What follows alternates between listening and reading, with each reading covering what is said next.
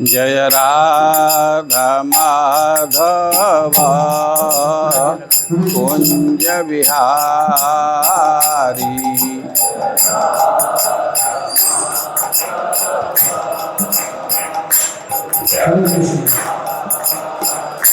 जय राधा माधव कुंज बिहारी।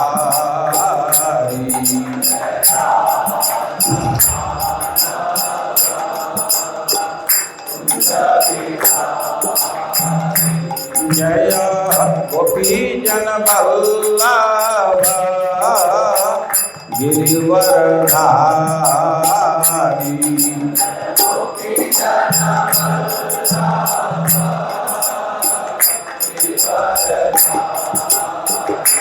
जय गोपी जन वल्लभ गिरिवरधारी।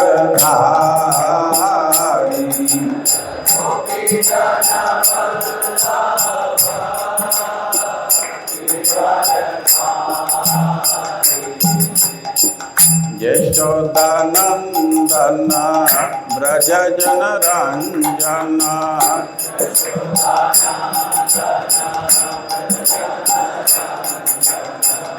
यशोदानंदन ब्रज जन रंजन।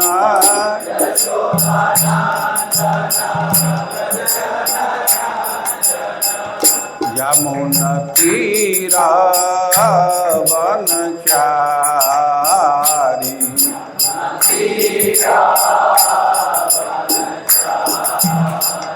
यमुना तीरा वनचारी।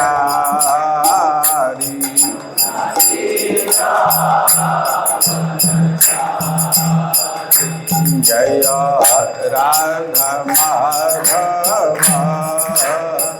कुंज बिहारी।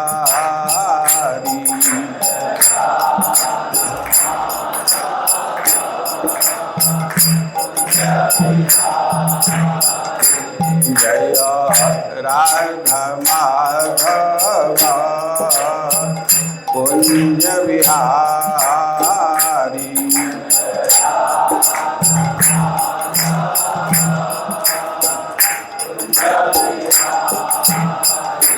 जय गोपी जन वल्लभ गिरिवरधारी।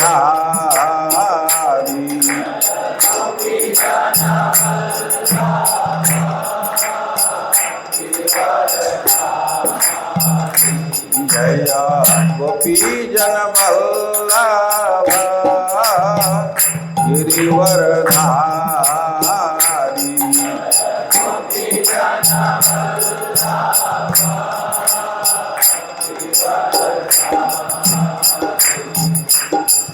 यशोदानंदन ब्रज जन रंजन।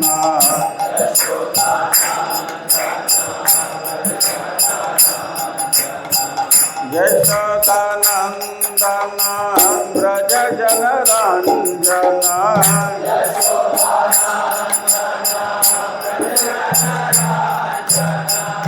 यमुना तीरा वनचारी।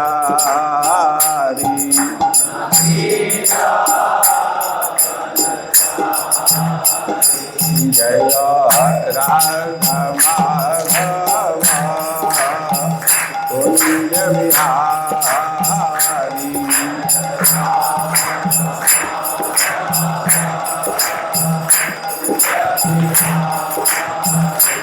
हरे कृष्ण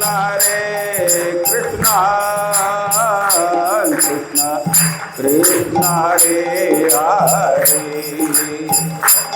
हरे राम राम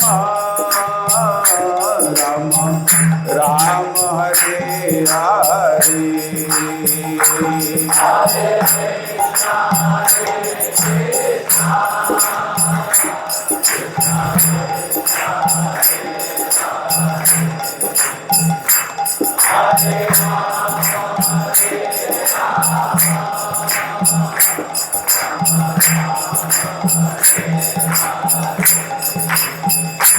हरे Krishna Hare Krishna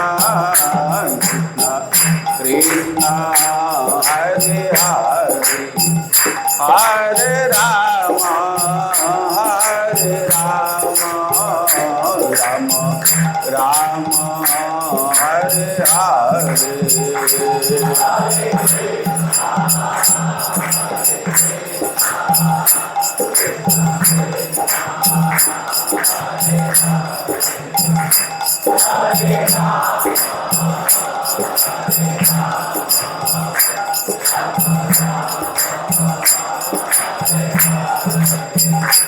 Nitai Gaur Hari Bol Hari Bol Hari Bol Hari Bol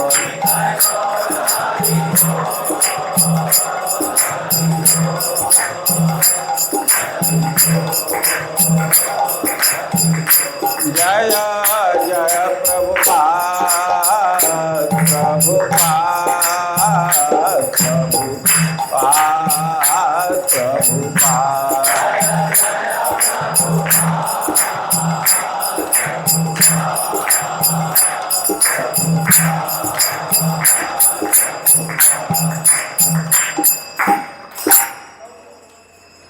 Jagat Guru Srila Prabhupada की, श्री श्री गिरिराज जी महाराज की, समवेत भक्त वृंद की, श्री श्री गुरु एवं गौरांग की। कोई ऐसे भी व्यक्ति हैं जिनके मन में कोई प्रश्न गूंज रहा है, बार बार मन में प्रश्न आ रहा है, उसको पूछना चाह रहे हो, ऐसे भी कोई व्यक्ति हैं? ठीक है, कोई ऐसा नहीं है, ठीक है। ओम अज्ञानतिमिरान्धस्य ज्ञानाञ्जनशलाकया चक्षुरुन्मीलितं येन तस्मै श्री गुरवे नमः। हे कृष्ण करुणा सिंधु दीनबंधो जगत्पते गोपेश गोपिका कांत राधा कांत नमस्कृते। तप्त कांचन गौरांगे राधे वृंदावनेश्वरी वृषभानुसुते देवी प्रणमामि हरिप्रिय। नमो महावदान्याय कृष्ण प्रेम प्रदायते कृष्णाय कृष्ण चैतन्य नामने गौरतिषे नमः।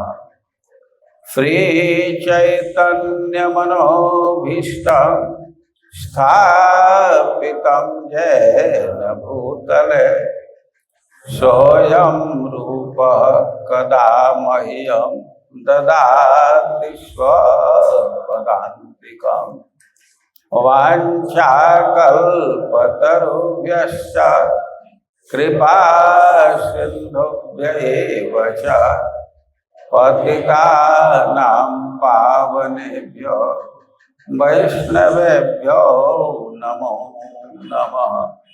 जय श्री कृष्ण चैतन्य प्रभो नित्यानंद श्री अद्वैत गदाधर श्रीवासादि गौर भक्त वृंद। हरे कृष्णा कृष्णा कृष्णा हरे हरे, हरे राम राम राम।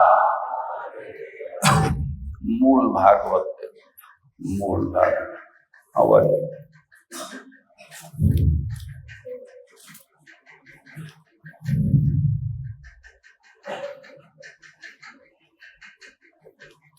इसमें ऐसे भी कुछ व्यक्ति हैं जो प्रथम बार गिरिराज जी के नजदीक आए हैं। कोई ऐसा हो तो हाथ उठाइए। कुछ ठीक है।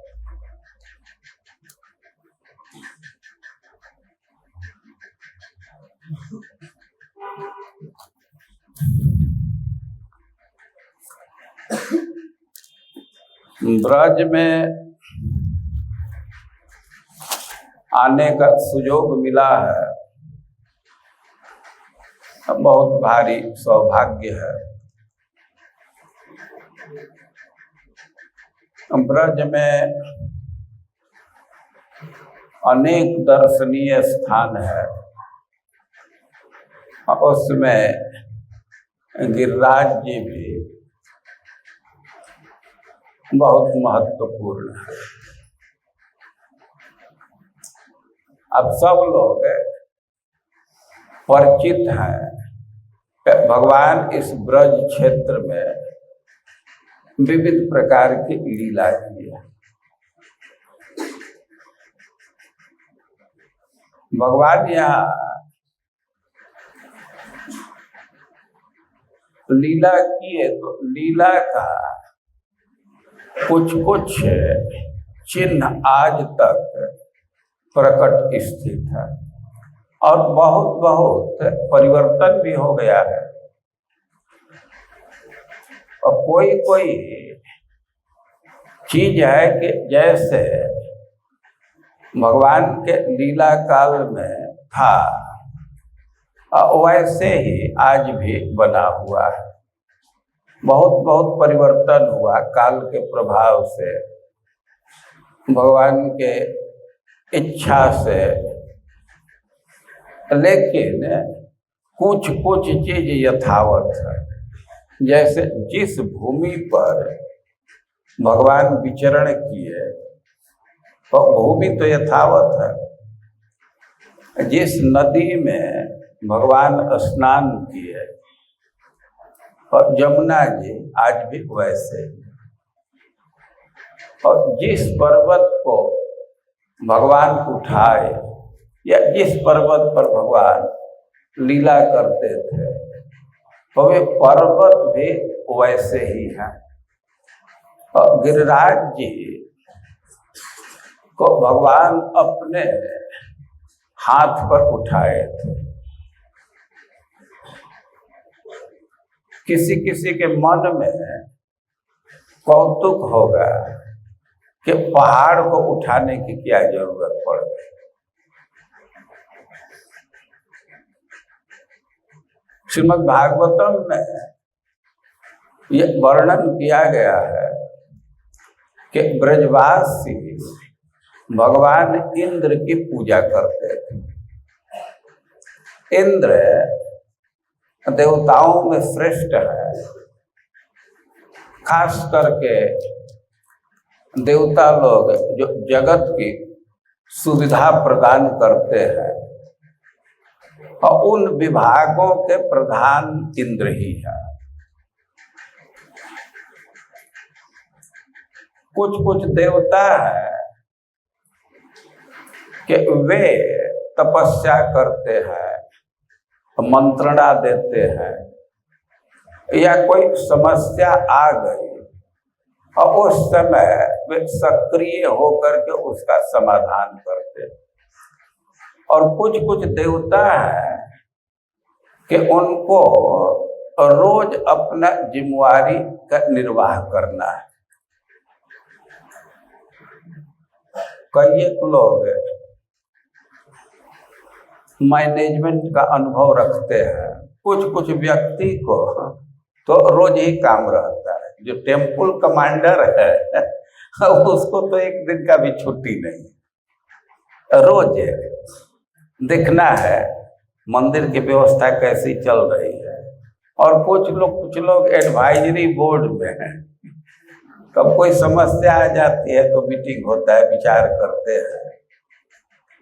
और जो जगत में सुविधा प्रदान करना है, हवा का, पानी का, और ऐसे देवताओं में इंद्र बहुत महत्वपूर्ण है।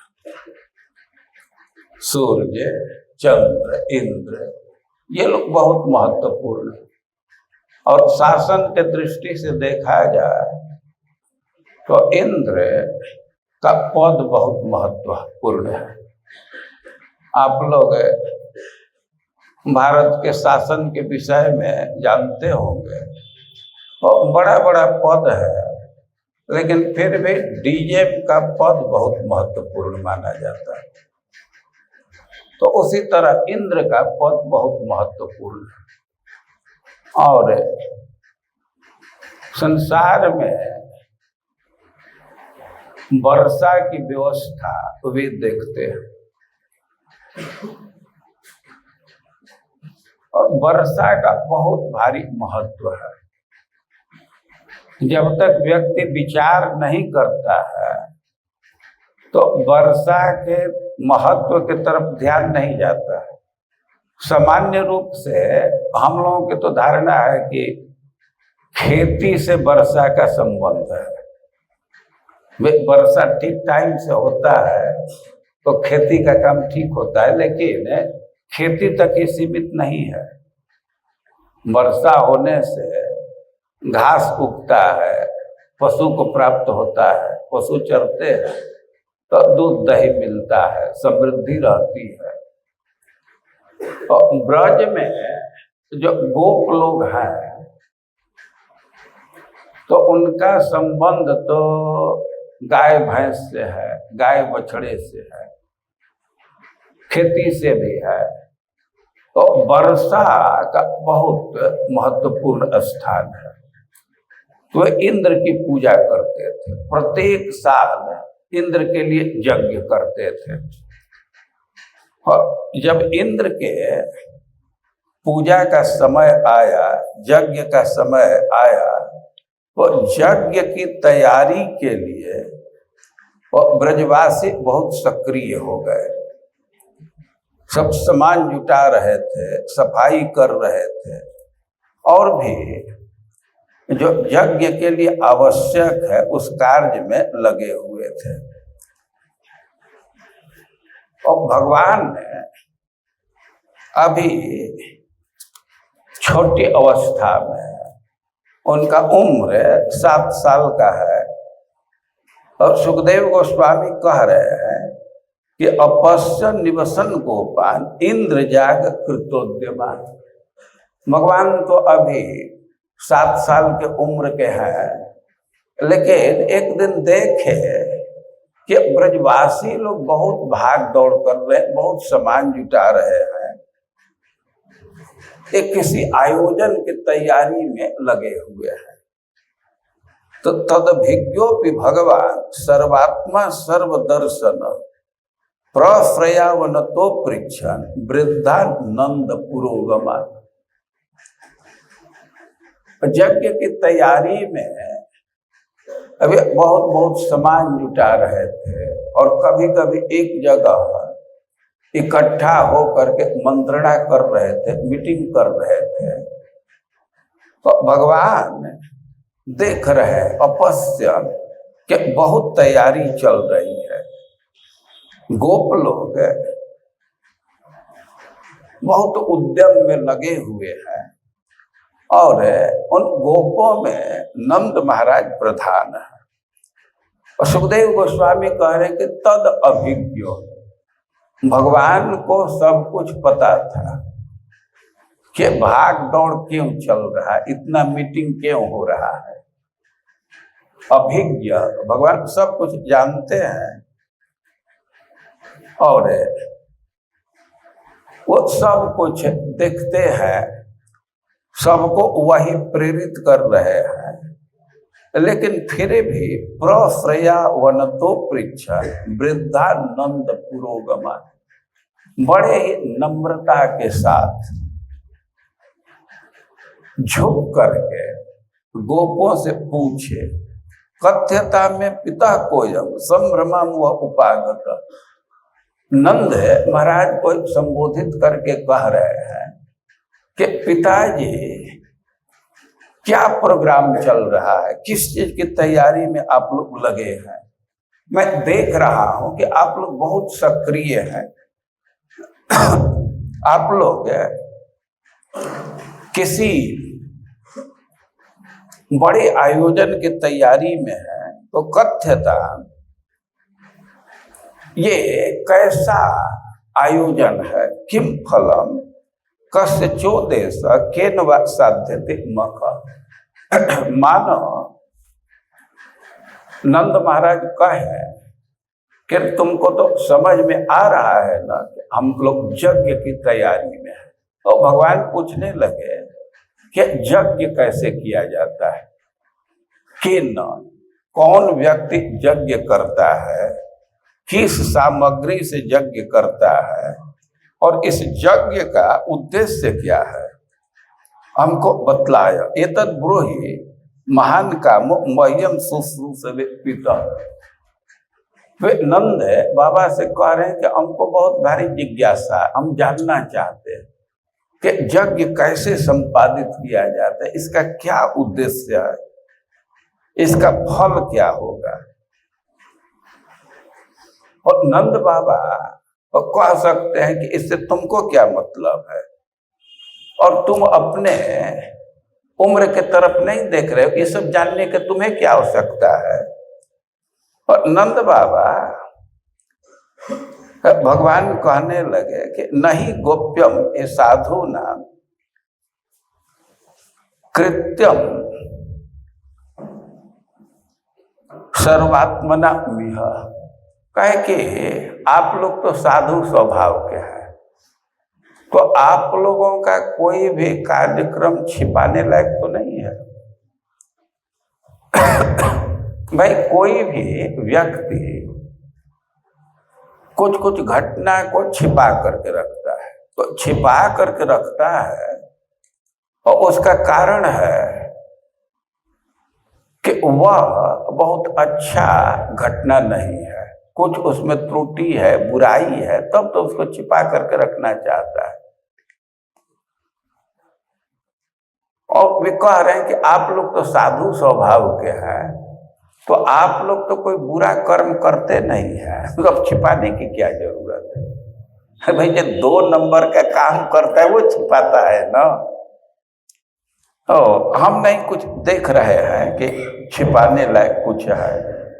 और एक नीति का सिद्धांत है कि अपने प्रोग्राम को सब जगह नहीं बतलाना चाहिए, नहीं तो कुछ बाधा की संभावना रहती है।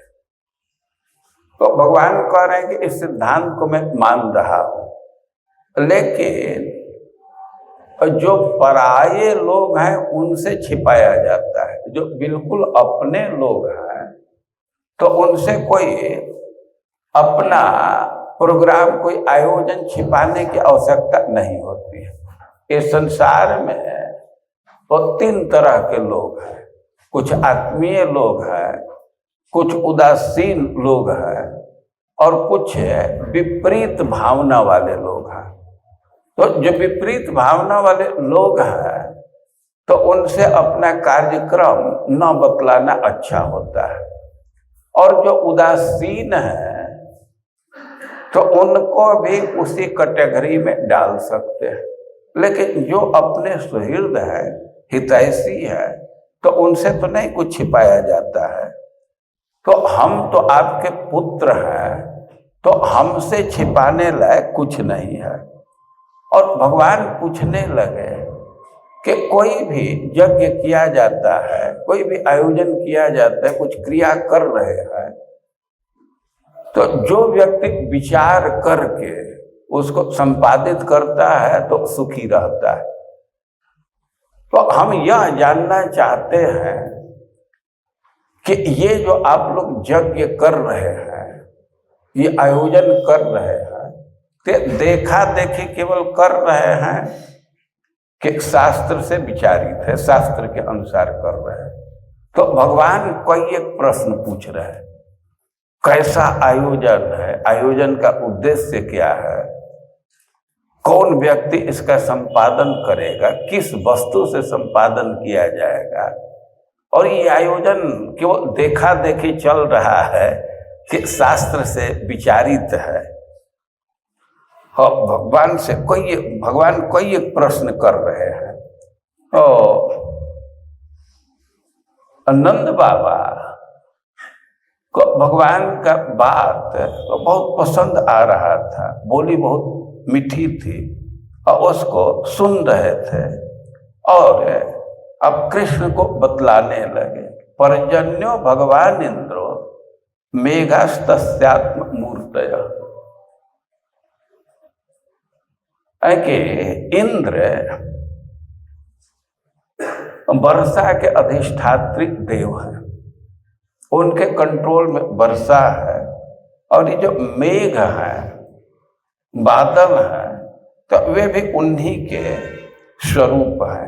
ते भी वर्षन्ति भूताना प्रीणनम जीवनम पयः, वे जल की वर्षा करते हैं और वही जीवन है, उसी से लोगों को संतोष होता है, सुविधा मिलती है।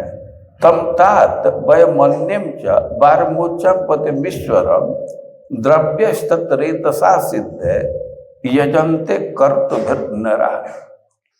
नंद बाबा कहने लगे कि तय सिद्ध है, वो भगवान इंद्र ही वर्षा करते हैं, तो उन्हीं से जो संसाधन प्राप्त होता है, अन्न दूध घी, तो उसी संसाधन से हम लोग इंद्र की पूजा करते हैं, उनके लिए यज्ञ करते हैं, क्योंकि हमारे जीवन में जो भी सुविधा है तो वे प्रदान कर रहे हैं।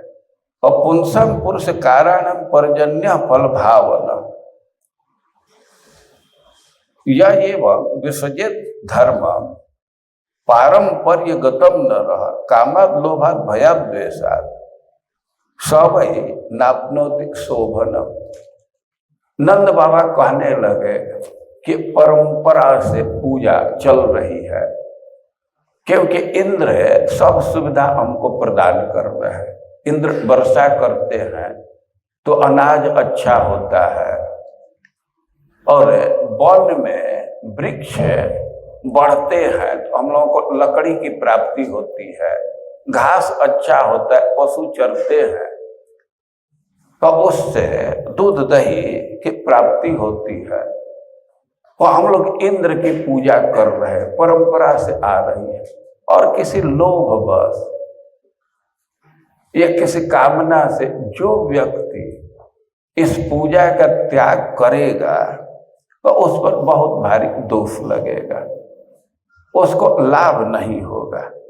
और ऐसे जब नंद बाबा कहे तो बच्चों निशम्य नंदस्य तथा अन्य सब ब्रजौकसा, और दूसरे ब्रजवासी भी यज्ञ की महिमा को बतलाए और नंद बाबा भी बतलाए कि यज्ञ बहुत महत्वपूर्ण है। हम लोग इंद्र की यज्ञ करते हैं कि इंद्राय मन्युम जनयन पितरम प्राह केशव।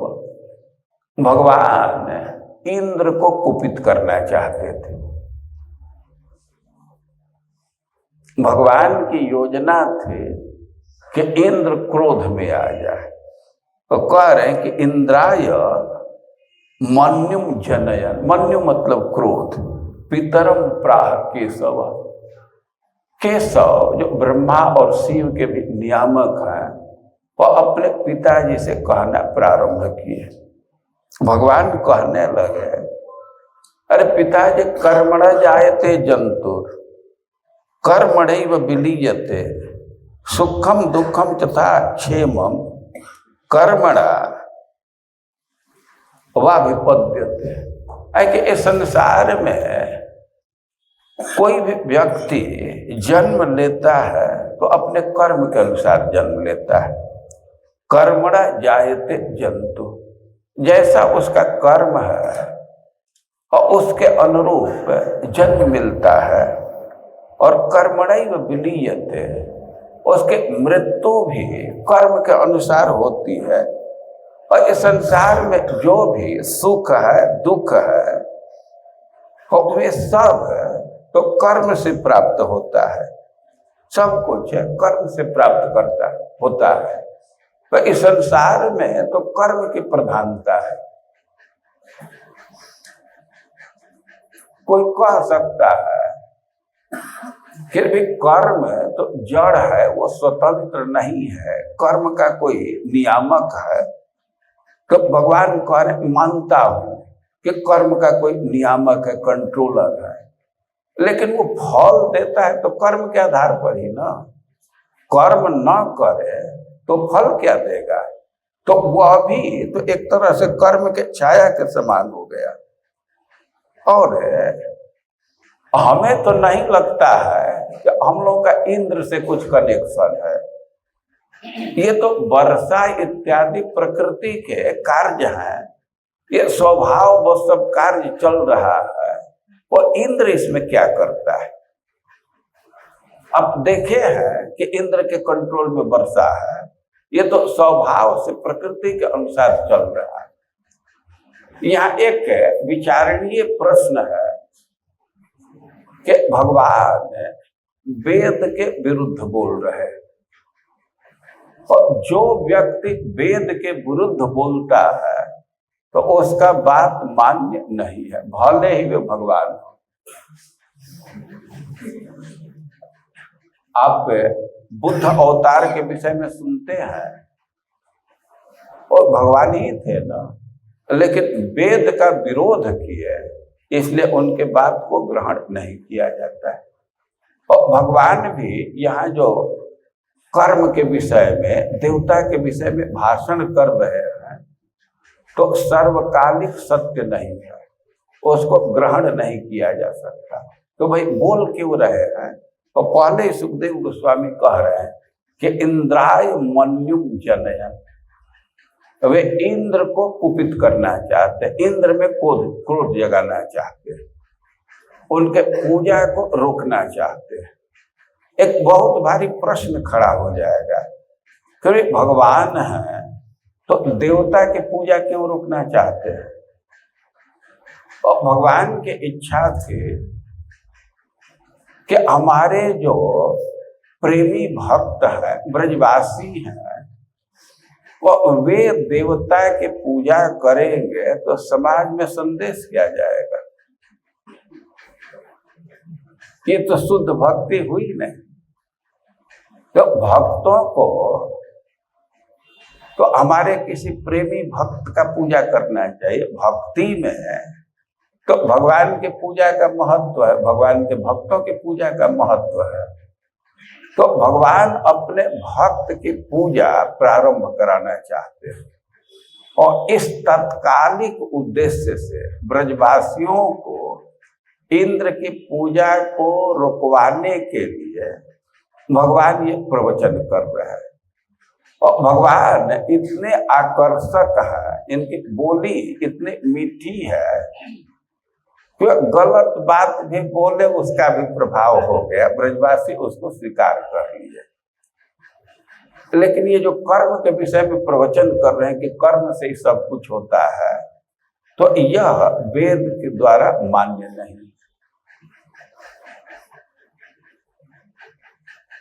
कर्म का महत्व है, लेकिन कर्म स्वतंत्र नहीं है।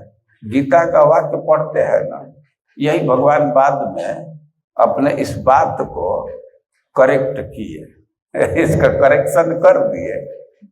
वह तो गीता में बोले हैं कि कर्मण्येवाधिकारस्ते मा फलेषु कदाचन।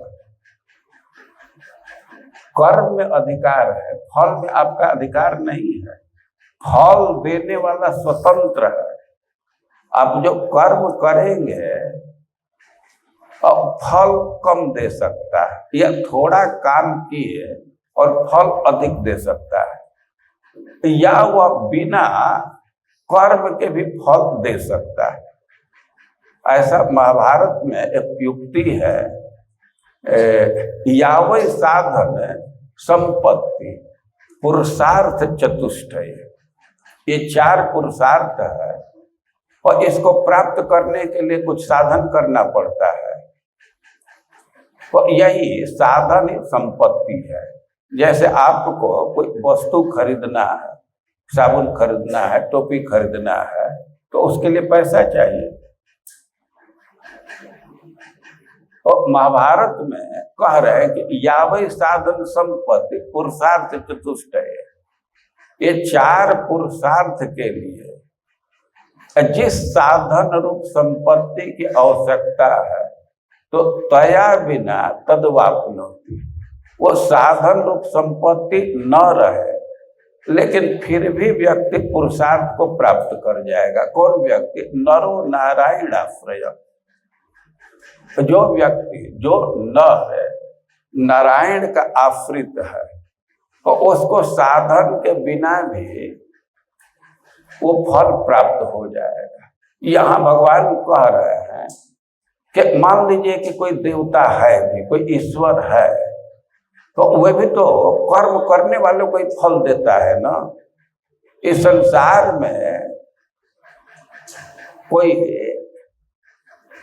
साधु बन जाता है, कम उम्र का लड़का ब्रह्मचारी बन गया, तो गांव में यही लोग उपदेश देते हैं, अरे काम करोगे तब ना भोजन मिलेगा, बिना काम किए कौन खाने को देगा। लेकिन जो काम छोड़ करके, नौकरी छोड़ करके, खेती छोड़ करके मंदिर में आ गए तो सब भूखे रहते हैं। तो कोई भी पुरुषार्थ है भगवान के भक्ति करने से स्वतः प्राप्त हो जाता है। लेकिन भगवान यहाँ कह रहे हैं कि बिना कर्म का कैसे कोई फल देगा। तो भगवान एक सीमित उद्देश्य से ये सब वेद विरुद्ध प्रवचन कर रहे हैं। उसका उद्देश्य है इंद्र को कुपित करना। और भगवान कहे नंद बाबा से कि आप सुविधा की बात करते हैं, तो हम तो देख रहे हैं कि प्रकट गिरिराज ये सब सुविधा देते हैं। हम लोग के गाय तो गिरिराज पर घास चरती हैं, हम लोग को लकड़ी की जरूरत होती है, गिरिराज जी से लेते हैं। तो सुविधा देने वाले तो गिरिराज जी हैं। तो आप सुविधा के आधार पर यज्ञ कर रहे हैं, पूजा कर रहे हैं, तो हम तो कह रहे हैं कि गिरिराज जी की पूजा होनी चाहिए, ब्राह्मणों की पूजा होनी चाहिए, गायों की पूजा होनी चाहिए। और नंद बाबा कह सकते हैं कि ठीक है भाई, ये गिरिराज जी सुविधा देते हैं, इनकी पूजा होनी चाहिए, इसको मैं मानता हूँ। लेकिन बजट भी देखना होता है ना। अभी इंद्र के पूजा में ही तो सब सामग्री लगा है कि रोज रोज हम लोग पूजा करेंगे तो कहाँ से पैसा आएगा। भगवान कहे कि ना ना, हम अलग से नहीं कह रहे हैं, जो इंद्र के लिए सामग्री जुटाए हैं और इसी सामग्री से गिरिराज जी की पूजा की जाए। एक तो प्रवचन ही ऐसा भगवान कर रहे थे कि इंद्र को क्रोध आ जाएगा, क्योंकि इसमें देवता का महत्व नहीं दे रहे थे, काम का महत्व दे रहे थे, कर्म का महत्व दे रहे हैं। और दूसरी चीज के जिसके लिए सामग्री जुटाई गई है और सामग्री जुटा करके और दूसरे को दे दिया जाए तो और क्रोध आएगा। तो भगवान को तो इंद्र को कुपित करना ही था, उद्देश्य था। और इसलिए कहे कि अलग से जुटाने की जरूरत नहीं है। जो सामग्री इंद्र की पूजा के लिए जुटाया गया है तो उसी तैयारी से गिरिराज जी की पूजा की जाए। हम आप पर लोड नहीं देंगे, हम यह कह रहे हैं कि इंद्र की जगह गिरिराज जी की पूजा की जाए। और ब्रजवासी भगवान की बात को मान गए कि ठीक है, तुम कह रहे हो तो गिरिराज जी की पूजा होगी। और यहाँ एक चीज आप लोगों को नोट करना चाहिए, ध्यान देना चाहिए कि कितना ब्रजवासियों का कृष्ण से प्रेम है, कितना आसक्ति है। ये नंद बाबा कृष्ण के फिलॉसफी से प्रभावित होकर के नहीं इंद्र का पूजा त्याग किया, क्योंकि भगवान के फिलॉसफी में कोई दम नहीं था। लेकिन नंद बाबा का आसक्ति इतना है कृष्ण में, कृष्ण कहे कि यदि आप लोगों को पसंद हो तो हम तो यही कहेंगे कि गिरिराज जी की पूजा की जाए, गोवर्धन की पूजा की जाए, ये प्रकट देवता, ये सुविधा देते हैं और ब्राह्मणों की पूजा की जाए, उनके आशीर्वाद से समृद्धि आती है, गायों की पूजा की जाए। और नंद बाबा इस बात को स्वीकार कर लिए और कृष्ण कह रहे हैं इसलिए स्वीकार कर लिए। ऐसा नहीं है कि कृष्ण जो तर्क दे रहे हैं तो उससे प्रभावित होकर के स्वीकार कर लिए। तो यह नंद बाबा का स्नेह है, प्रेम है कि एक छोटे से बच्चे के कहने से जो परंपरा से पूजा आ रहे थे उसको रोक दिए। देवता के प्रति बहुत भारी श्रद्धा होती है, लेकिन एक छोटा सा बच्चा अब कह रहा है, हमारा लड़का कह रहा है, कृष्ण कह रहा है, तो ठीक है ऐसा ही करेंगे, तैयार हो गए। और इंद्र के पूजा के जगह पर अब गिरिराज जी के पूजा की तैयारी चलने लगी और भगवान सब विधि बतलाए कि सामान तो वही रहेगा, उसी से पकवान बनाइए। और भगवान सब क्रम भी दिए, कहे पच्यताम विविधान पाका सुपांता पायसादय। ये भगवान कहे कि गिरिराज जी के भोग लगाने के लिए विविध प्रकार की सामग्री बननी चाहिए। तो क्रम दे रहे हैं कि पायसादय, खीर सबसे पहले बनना चाहिए आदि में। श्रील प्रभुपाद जी लिखे हैं कि खीर ठंडा हो जाने पर उसका स्वाद बढ़ जाता है। और सुपानता, सब्जी लास्ट में, कि सब्जी गर्म रहता है तब वो अच्छा लगता है। तो अब भगवान जैसा कहे सब बात मान लिए, खूब पकवान बनाया गया और गिरिराज जी को भोग लगाया गया। अब भगवान के सामने भी समस्या थी कि देवता का पूजा रुकवाया हूं तो कुछ इनको विश्वास भी होना चाहिए ना कि गिरिराज जी भी देवता है, इंद्र का पूजा रुकवाए हैं, तो उनके विश्वास के लिए अब भगवान एक रूप से पर्वताकार हो गए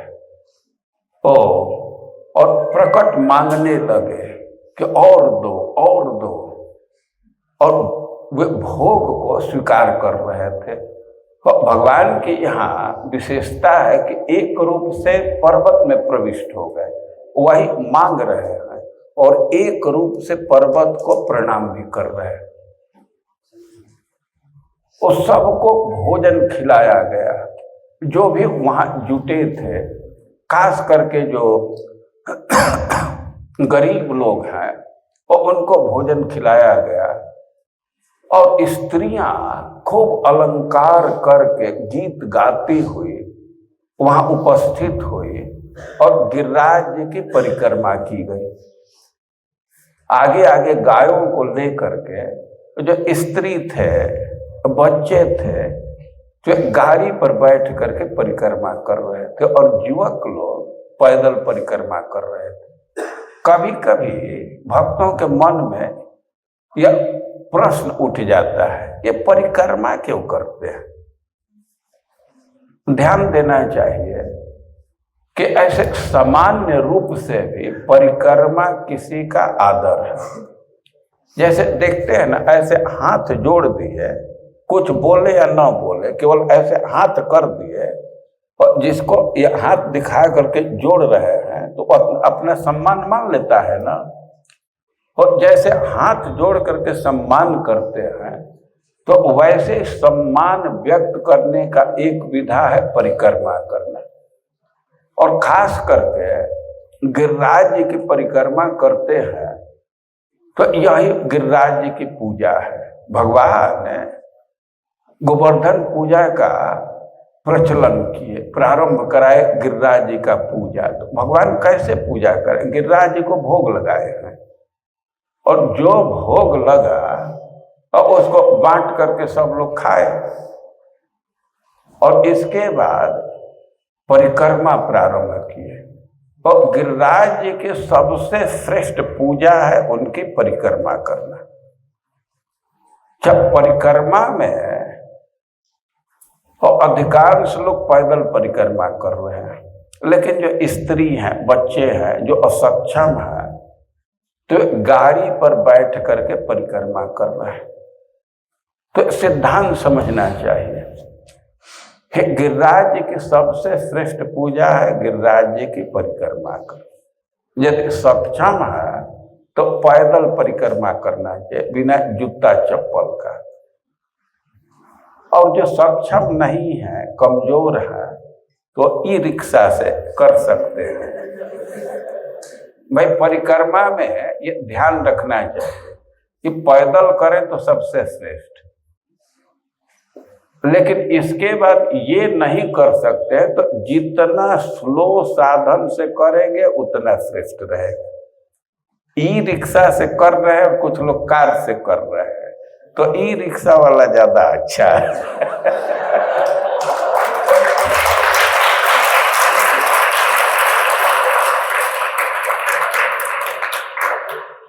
कोई कोई पूछ सकता है कि ऐसा क्यों कह रहे हैं।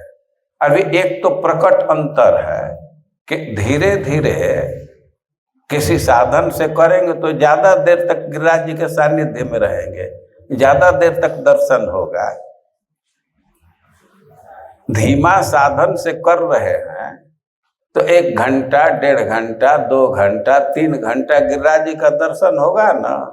और कार से तो 40 मिनट में घूम करके भाग जाएंगे। और 40 मिनट में बहुत अच्छा है, दर्शन हुआ, लेकिन उससे अच्छा हुआ ना कि 1-1.5 घंटा दर्शन हो रहा है। ये भगवान गिरिराज जी का पूजा प्रारंभ किए और अब गिरिराज प्रकट भोग को खा रहे थे। कृष्ण ही गिरिराज जी के रूप में हो गए थे और भोग को स्वीकार कर रहे थे। तो ब्रजवासियों को विश्वास जग गया और वे आपस में बात करने लगे, अरे बड़ो अच्छो है कृष्ण, कृष्ण तो बहुत अच्छा है, सच्चा देवता का पूजा करा है। और सारो इंद्र तो कभी प्रकट नहीं हुआ। हम लोग कितने साल से पूजा कर रहे हैं, कभी दर्शन नहीं दिया। ये देवता है कि एकदम प्रकट दर्शन दिया। और कृष्ण का सिलेक्शन बड़ा अच्छा है। अब कोई कोई बात करते हुए जा रहा था कि भाई हम सुनते हैं कि देवता रूप बदल करके भी आते हैं, तो कहीं ऐसा तो न हो कि वो सांप बन करके आ जाए। वो फिर कोई कह रहा है कुछ भी हो, सांप बन करके आएगा, लाठी से मार देंगे, नहीं तो कृष्ण है। तो सब लोग बहुत प्रसन्न थे कि प्रकट देवता तो ये गिरिराज जी हैं, ये बात कर रहे, मांग रहे हैं। और भगवान के विचित्र लीला, एक रूप से मांग रहे हैं, एक रूप से दे रहे हैं, एक रूप से पूजा स्वीकार कर रहे हैं और एक रूप से प्रणाम कर रहे हैं। और ऐसे खूब आनंद से पूजा किए। लेकिन अब इंद्र तो प्रतीक्षा में थे, कई 1 साल से उनकी पूजा चल रही थी। तो इंद्रस्य तदात्मनः पूजा विज्ञाय विहताम नृप गोपेभ्य कृष्णनाथेभ्यो नंदादिभ्यश्चुकोप।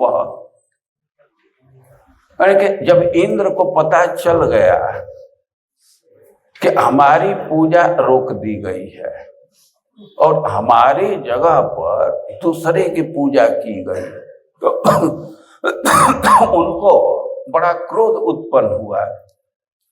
अब वे पता लगाए कि ऐसा कैसे हो गया। जो कई 1 वर्ष से पूजा कर रहे थे, हमारी पूजा कैसे छोड़ दिए। तो उनको पता चल गया कि कृष्ण के कहने से वो पहले ही वे बहुत क्रोध में हो गए। पूजा रोकने से पता चला कि कृष्ण पूजा रुकवाया है, तो एक तरह से उसको चैलेंज के रूप में स्वीकार किए कि अच्छा देखते हैं कि कृष्ण कैसे बचा लेता है, बहुत तेज बनता है, पूजा रुकवाया तो हम अपने शक्ति का प्रयोग करेंगे, देखते हैं कि ब्रजवासियों को कैसे बचाता है। वो प्रलय कालीन मेघों को बुलाया और उनको ऑर्डर दिया कि ब्रज को पूरा डुबो दो। देखिए मेघ है कई एक प्रकार के हैं और कुछ कुछ मेघ हैं उनका उपयोग प्रलय काल के समय होता है। अब प्रलय काल का वर्णन सुनेंगे और उस समय बहुत तेज वर्षा होती है। ऐसा लिखा गया है कि पीलर के साइज का धारा गिरता है। ये पीलर देख रहे हैं ना, तो ऐसे मोटे मोटे वर्षा का धारा गिरता है और पूरा जल मग्न हो जाता है, लेकिन उस बादलों को बांध करके रखा जाता है। उस समय जब प्रलय का अवसर आता है तब छोड़ा जाता है, लेकिन कंट्रोल इंद्र का है। कंट्रोल जिसका है तो बीच में भी उनको नियुक्त कर सकता है। आप लोग देखते हैं कि मिलिट्री में बहुत लोग भर्ती हैं, उनका ट्रेनिंग दिया जाता है, अच्छा से भोजन कपड़ा दिया जाता है, लेकिन उनकी जरूरत कब पड़ेगी? जब कोई बाहरी देश आक्रमण करेगा तब उनसे लड़ना है। लेकिन कोई वैसी आवश्यकता पड़ गई, बाढ़ आ गया, भूकंप आ गया, तो उनको नियुक्त कर देते हैं ना। उनका यह काम नहीं है। उनका काम तो जो बॉर्डर के देश हैं या जो आक्रमण करेगा उसे लड़ना काम है, लेकिन कुछ वैसी जरूरत पड़ जाती है तो कंट्रोलर नियुक्त कर देता है बाढ़ से रक्षा के लिए। वो या कोई एक्सीडेंट हो गया, भूकंप हो गया, तो सहायता के लिए लगा देते हैं। वो इंद्र संवर्तक मेघों को बुलाया और उनको लगा दिया कि इंद्र को ब्रज को एकदम बहवा देना है और कहे कि तुम लोग भय मत करो, और पानी की कमी नहीं होगी। हम हाथी पर बैठ करके आ रहे हैं, ऐरावत पर बैठ करके आ रहे हैं। एक आजाद कहते हैं कि इंद्र को भय है, तब तो कह रहा है कि मैं पीछे से आ रहा हूं। भय नहीं होता तो साथ में ही जाता है, लेकिन कह रहा है कि चलो तुम लोग ब्रज को ध्वस्त करो, बहवाओ, हम पीछे से आए, मतलब भीतर है भय। और ब्रजवासियों पर वो बहुत क्रोधित हुए और वे कहने लगे कि अहो श्रीमद महात्म्यम गोपानम कान नौकसाम कृष्णम मर्त मुपाश्रित्य में चक्रुदेव हेलनम। ये ब्रजवासियों का घमंड देखो। अरे थोड़ा सा उनको धन हो गया तो इनका इतना घमंड हो गया कि एक मरने जीने वाले लड़के का आश्रय लेकर के और देवता का पूजा छोड़ दिए। मर्त्य मुपाश्रित्य, कृष्ण के लिए मर्त्य शब्द का प्रयोग करें। मर्त्य मतलब मरने लायक।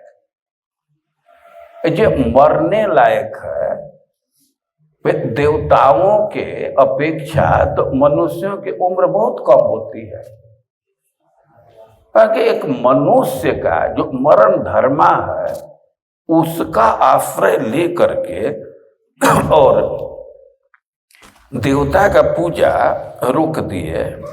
और हम देखते हैं इनके पास धन क्या है। अरे थोड़ा सा जंगल में जाते हैं, कुछ रत्न मिल जाता है, थोड़ा अनाज है, कुछ गाय है, तो इसी पर इतना गुमान कर रहे हैं कि देवता का पूजा रोक दिए और इनके मद को मैं ध्वस्त कर दूंगा।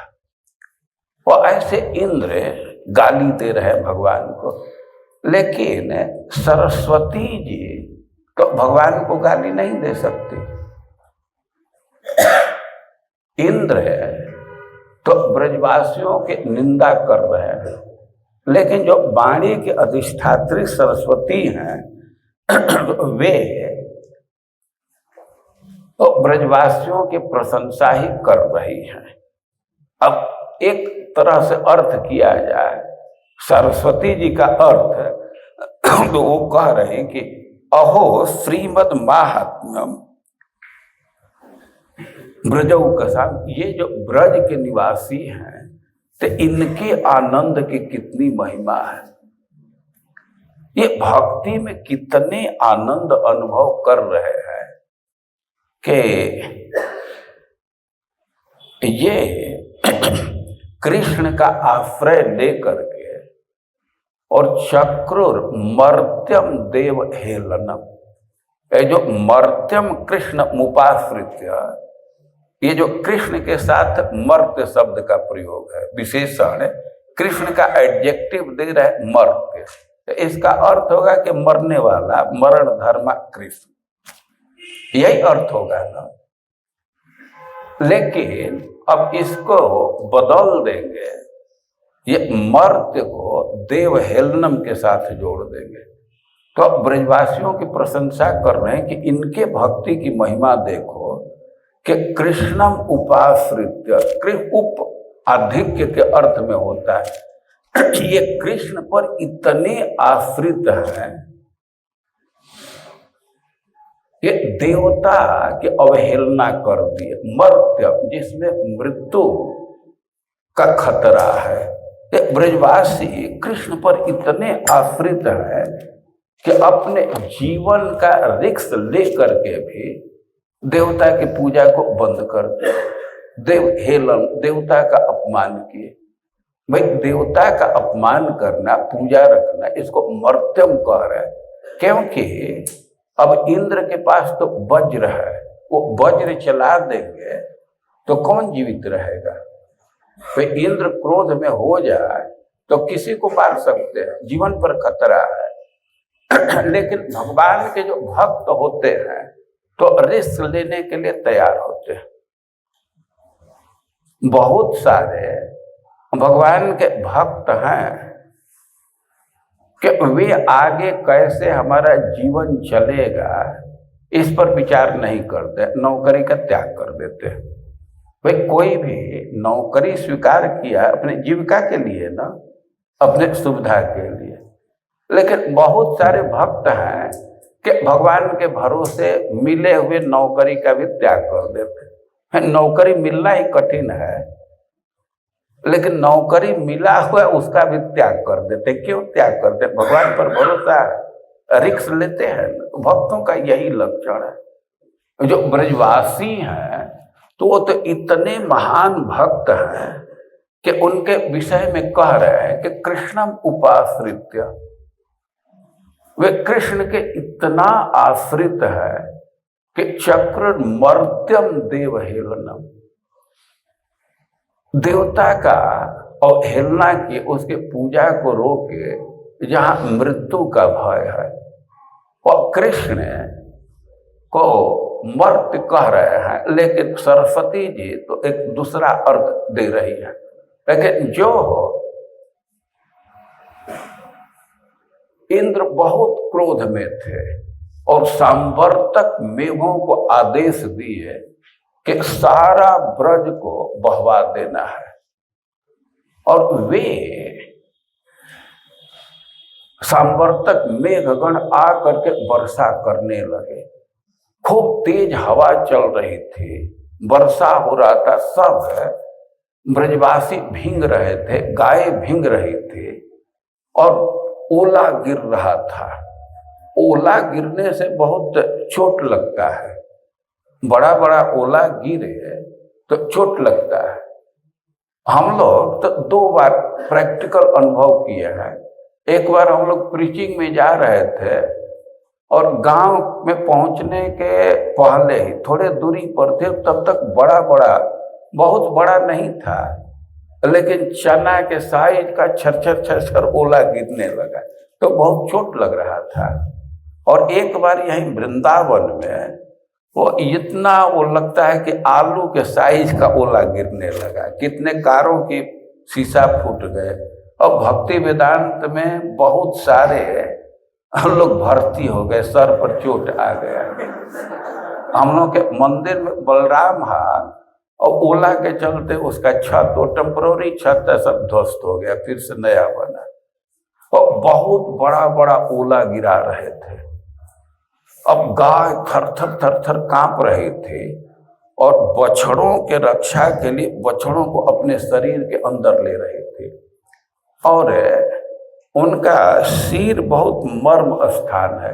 आप सिर पर सहलाते हैं तो गाय उसको बहुत पसंद करते हैं, लेकिन वहां जोर से मारने पर कष्ट बहुत अनुभव करते हैं। वो उनका सेंसिटिव पार्ट है। तो सिर को बचाने के लिए ऐसे गर्दन ऊंचा कर रहे थे कि इस पर ओला न गिरे, ऐसे गर्दन ऊंचा कर रहे थे, थर थर कांप रहे थे। अब भगवान देखे ब्रजवासियों के स्थिति तो गिरिराज जी को उखाड़ लिए, उखाड़ करके और सब ब्रजवासियों को कहने लगे कि अंदर आ जाओ, अंदर आ जाओ। और सब ब्रजवासी उस गर्त में प्रवेश कर गए। यहाँ पे विचार करने लायक है कि ब्रजवासियों का भगवान पर कितना विश्वास है। कोई पर्वत उठा कर और कहे कि इसके नीचे आ जाओ, कौन जाएगा? भय है ना। क्या वो पानी से कम खतरा है उसमें? ये तो पानी के जाड़ा को सह भी रहे हैं, उसमें तो कहीं नीचे आया तो ध्वस्त ही होना है। लेकिन ब्रजवासियों का इतना विश्वास है कि कृष्ण के कहने से सब नीचे चले गए। अब एक प्रश्न होगा कि भाई गिरिराज जी तो 3 कोस के विस्तार में है, वैसे परिक्रमा 7 कोस की है, लेकिन लंबाई तो 3 साढ़े 3 कोस यही होगा ना। 3 कोस ही, क्योंकि कुछ चौड़ाई में भी जाएगा ना 21 किलोमीटर। जो 7 कोस तो कुछ तो चौड़ाई में भी जाएगा। तो 3 कोस के अंदर ही सब ब्रजवासी कैसे आ गए? कि जब भगवान गिरिराज जी को उखाड़े और भगवान का स्पर्श पाते ही गिरिराज जी को इतना आनंद आया कि उनके शरीर में विस्तार हो गया।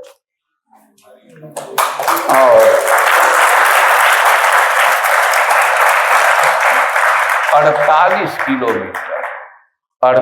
किलोमीटर मतलब 4 योजन, 1 योजन में 4 कोस, 4 कोस मतलब 12 किलोमीटर, और 4 योजन उनका विस्तार हो गया। सब ब्रजवासी उसके अंदर आ गए। अच्छा, एक और भी प्रश्न है कि भाई जो बाहर थे तो वे तो गिरिराज जी के अंदर आ गए, लेकिन भगवान तो गिरिराज जी को उठाए तो उस समय गिरिराज जी पर भी तो कुछ प्राणी थे, जैसे मृग है, बहुत सारे प्राणी तो जंगल में रहते हैं, तो उनका क्या हुआ? पर देखिए भगवान की यह विशेषता है कि गिरिराज जी को ऐसे उठाए कि वे लोग बादल से ऊपर चले गए। जो वन में गिरिराज जी के ऊपर जो पशु थे तो बादल के ऊपर चले गए। वो बादल बहुत नीचे आकर के वर्षा कर रहे थे। अब ऊपर चले गए तो उनको तो कोई खतरा नहीं है। भगवान के लिए एक शब्द दिया जाता है, भूरि कर्मा। भगवान का कर्म एक होता है लेकिन उसका फल अनेक हो जाता है। गिरिराज जी को उठाए तो जो बाहर के गाय थे, व्यक्ति थे और भी प्राणी थे, तो उनके भी रक्षा कर लिए, और जो गिरिराज जी के ऊपर थे उनकी भी रक्षा कर लिए। उनकी कैसे रक्षा किए कि वे लोग बादल के ऊपर हो गए, तो पानी तो ऊपर नहीं जाएगा ना, नीचे आता है ना, तो उन पर भी कुछ प्रभाव नहीं हुआ और भगवान उठा लिए। और किसी को भोजन पानी की आवश्यकता नहीं लगी। वहां वो भगवान को देख रहे थे ब्रजवासी, खास करके गोपियों के लिए तब इससे सुखद अवसर कोई था ही नहीं। गोपियों को तो थोड़े देर तक कृष्ण का दर्शन मिलता था, अब यहाँ तो रात दिन कृष्ण का दर्शन कर रही है। और सब ब्रजवासी कृष्ण के दर्शन में इतने आनंदित थे कि भूख प्यास का उनको अनुभव ही नहीं हुआ। और कृष्ण अभी राधा रानी के दर्शन में इतने विभोर थे कि उनको भी वो 7 दिन बहुत जल्दी निकल गया। ऐसा बिलोमंगल ठाकुर जी लिखे हैं कि यो लीलया गोकुल गोपनाय हस्ते न एके न भूधर मुदधार। भगवान गोकुल के रक्षा के लिए एक हाथ से भूधर को उठा लिए। भूधर कहते हैं पृथ्वी को, पहाड़ को। भू मतलब पृथ्वी और धर मतलब धारण करने वाला। तो भूधर पहाड़ को कहते हैं क्योंकि पहाड़ ही पृथ्वी को धारण करते हैं। कोई कोई कहेगा ये पहाड़ तो पृथ्वी पर है, वे कैसे धारण करेंगे? और इसको समझना चाहिए। जैसे देखिए ये पन्ना है और यहाँ तेज हवा चलने लगे तो पन्ना इधर उधर चला जाएगा ना। तो पन्ना को रोकने के लिए क्या करते हैं? कुछ रख देते हैं। ऑफिस में आप लोग देखे हैं ना, पेपर वेट होता है। टेबल पर पेपर है तो उसको शीशा से दबा देते हैं, पेपर वेट होता है। भाई क्यों दबाते हैं? तो दबावे ना तो पन्ना इधर उधर उड़ जाएगा, हिल जाएगा।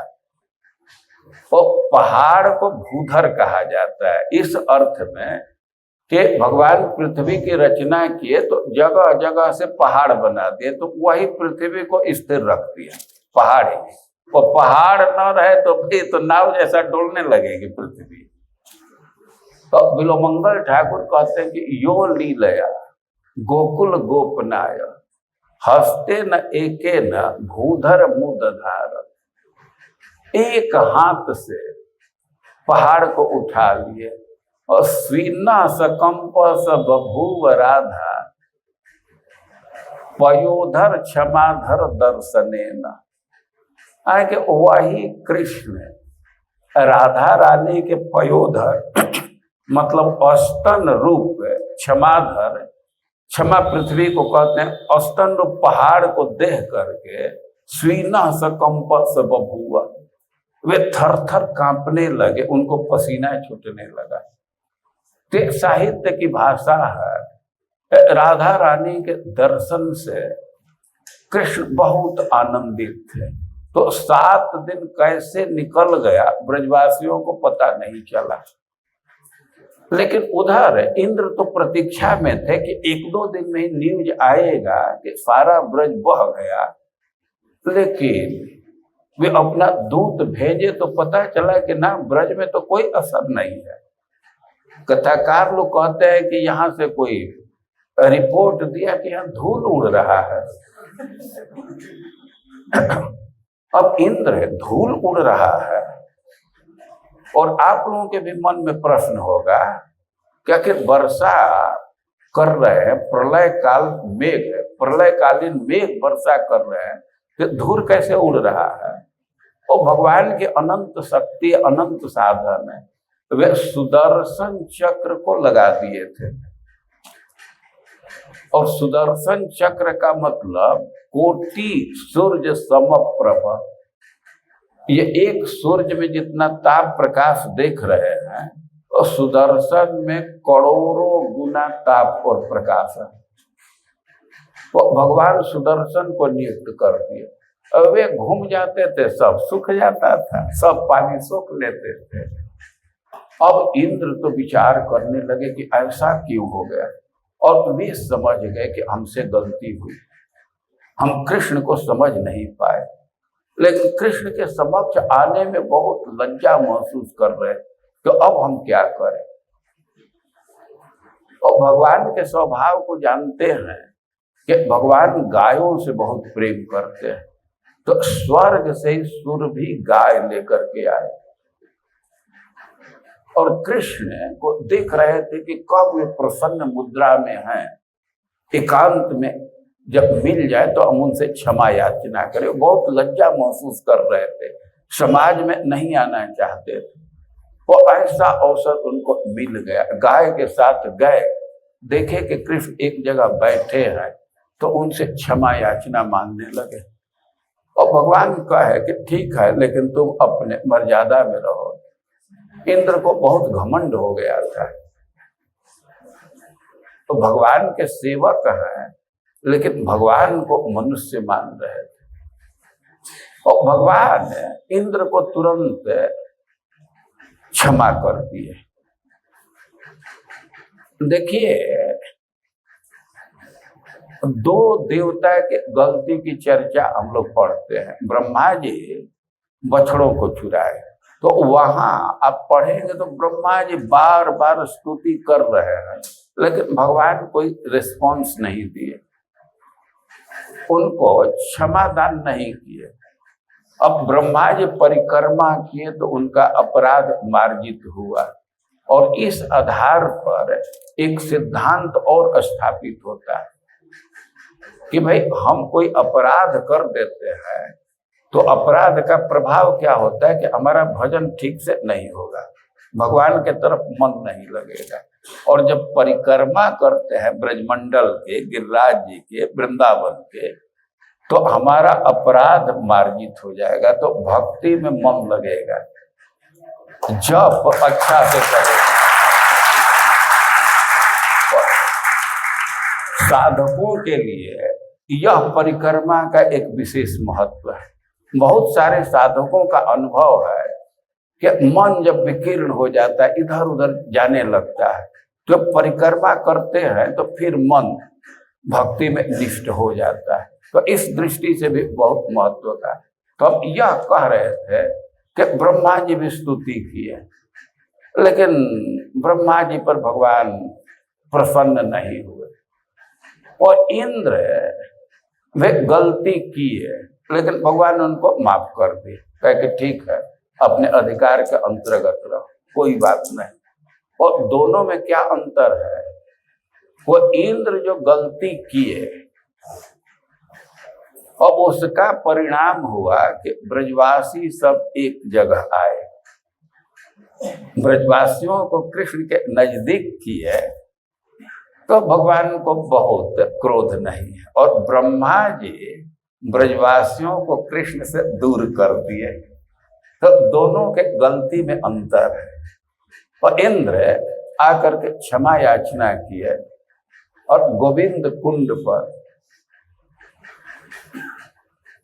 जो स्वर्ग से गाय आई थी, उसके दूध से और ऐरावत हाथी के सूंड के जल से कृष्ण का अभिषेक किए, उसी के जल से गोविंद कुंड बना, जो गिरिराज जी के तलहटी में बहुत पवित्र कुंड है, ब्रज का एक प्रसिद्ध तीर्थ है। तो आकर के इंद्र क्षमा याचना किए और भगवान उनको माफ कर दिए। और गिरिराज जी को भगवान 7 दिन तक अपने हाथ पर रखे। और गिरिराज जी का कितना भारी सौभाग्य है, और सब ब्रजवासी इकट्ठा इनके नीचे रहे। और गिरिराज जी ब्रज के देवता हैं, किसी भी मनोरथ को पूर्ण कर देते हैं। किसी को नौकरी की इच्छा है, विवाह की इच्छा है, किसी रोग व्याधि से ग्रसित है, उससे मुक्ति चाह रहा है, या संसार से मुक्ति चाह रहा है, और गिरिराज उसके मनोरथ को पूर्ण करने में सक्षम है। और वे भक्ति भी प्रदान करते हैं, वे कृष्ण को प्रदान कर सकते हैं, उनकी अपार क्षमता है। आप लोग श्रीमद् भागवतम पढ़ते हैं, और गोपियों का स्थान सबसे ऊपर है। भक्ति के क्षेत्र में गोपियों का स्थान सबसे ऊपर है। लेकिन जब वे निराश हुई कि कृष्ण के नजदीक नहीं जा पा रही हैं, ऐसा सुयोग नहीं मिल रहा है कि कृष्ण के साथ हम लोग चले, हमेशा उनके साथ रहे, और उस निराशा में गिरिराज जी का स्मरण करती है। और उनको एक गिरिराज जी आशा दिख रहे हैं, क्योंकि हंताय मद्र रबला हरिदास वर्ज, अब गिरिराज इसे कह रहे हैं कि भगवान के तो अनेक सेवक हैं, लेकिन आप सबसे श्रेष्ठ है, हमारे मनोरथ को आप ही पूर्ण करेंगे। तब गिरिराज की महिमा समझ सकते हैं कि गोपियां भी अपने मनोरथ को पूर्ति के लिए गिरिराज जी का आश्रय ले रही। कितना इनकी महिमा है।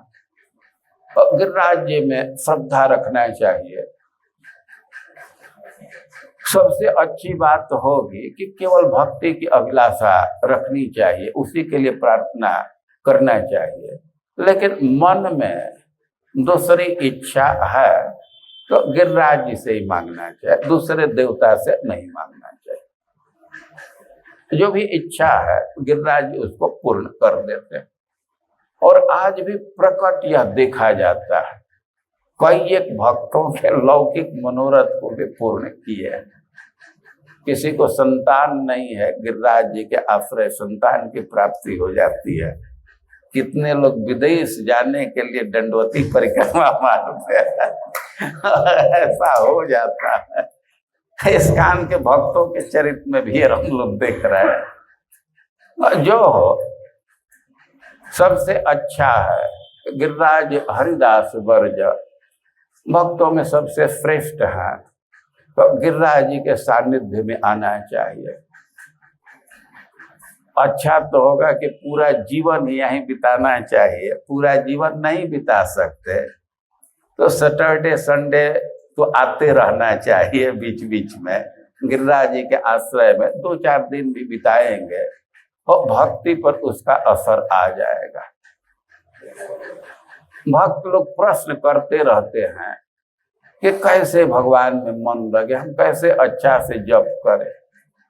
और कम से कम एक प्रकट साधन यह है, गिरिराज जी के सानिध्य में आएंगे, उनका दर्शन करेंगे, उनको प्रणाम करेंगे, उनका परिक्रमा करेंगे, तो आप अनुभव करेंगे कि जप अच्छा से होने लगा, मन शांत हो गया।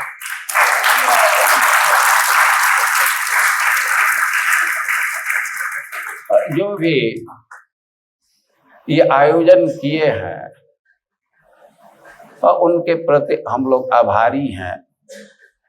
गिरिराज जी में बैठने का एक संयोग प्रदान किए हैं, तो सब भक्तों को उनके प्रति आभारी रहना चाहिए, अपना सौभाग्य अनुभव करना चाहिए और गिरिराज जी का सानिध्य का लाभ लेना चाहिए। श्रद्धा रखनी चाहिए, कोशिश करना चाहिए कि हमारे चलते किसी दूसरे को कष्ट न हो। शौच पेशाब करने में या कुछ भी भोजन कर रहे हैं तो उचिष्ट फेंकने में, ये सब ध्यान रखना चाहिए। उचित स्थान पर उसका त्याग करना चाहिए। मनुष्य का शरीर ऐसा है वो गंदगी का त्याग करेगा, उसको नहीं रोक सकते, लेकिन ध्यान इतना रखना चाहिए कि उचित स्थान पर त्याग करें। हमारे गंदगी से किसी दूसरे को किसी प्रकार का कष्ट न हो या कम से कम कष्ट हो, इतना ध्यान रखना चाहिए। तो ये सब सावधानी रखते हुए जितना दिन का 2 दिन का आप लोगों का यहाँ वास है, इसका लाभ लेना चाहिए। हरे कृष्णा।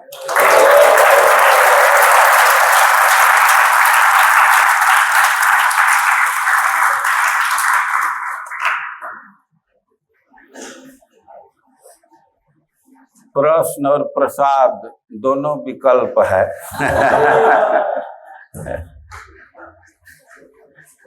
2 बजे प्रसाद का टाइम निर्धारित किया है तो 10 मिनट चल सकता है। आए? हाँ ठीक है।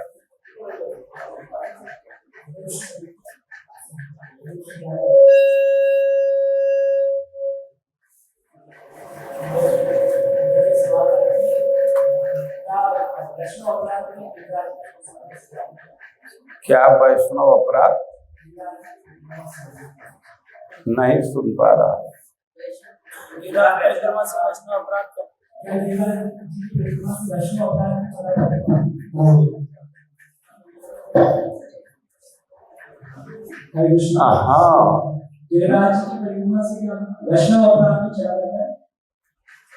हाँ देखिए किस नेचर का वैष्णव अपराध है, और सामान्य रूप से तो वैष्णव अपराध समाप्त होगा ही नहीं। लेकिन अब गिरिराज जी के परिक्रमा के आधार को सपोर्ट ले करके और वैष्णव अपराध करेंगे तो और बुरा हो जाएगा ना। परिक्रमा करने से किसी प्रकार का अपराध खंडित हो जाता है, समाप्त हो जाता है। परिक्रमा करने से अपराध समाप्त होता है। तो अपराध है में कोई वो विशेषण नहीं दिया गया है, तो सब प्रकार के अपराध पर ये लागू होगा। वैष्णव अपराध भी मार्जित होगा। पूरा समाप्त हो या न हो, कुछ कम तो जरूर हो जाएगा।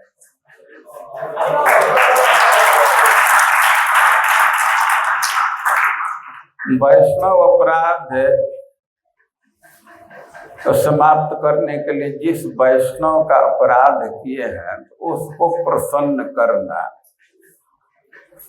यह आवश्यक होता है। पता चल जाए कि हमसे ये वैष्णव रुष्ट हुए हैं, तो उनको डायरेक्ट प्रसन्न करने का प्रयास करना चाहिए। दूसरे वैष्णवों के प्रसन्नता से भी उसमें कमी आएगी। और उस दृष्टि से देखा जाए तो गिरिराज जी तो सबसे बड़े वैष्णव हैं, सबसे भगवान के भक्त हैं, तो अपराध मार्जन में सहयोग मिलेगा, परिक्रमा से कम होगा।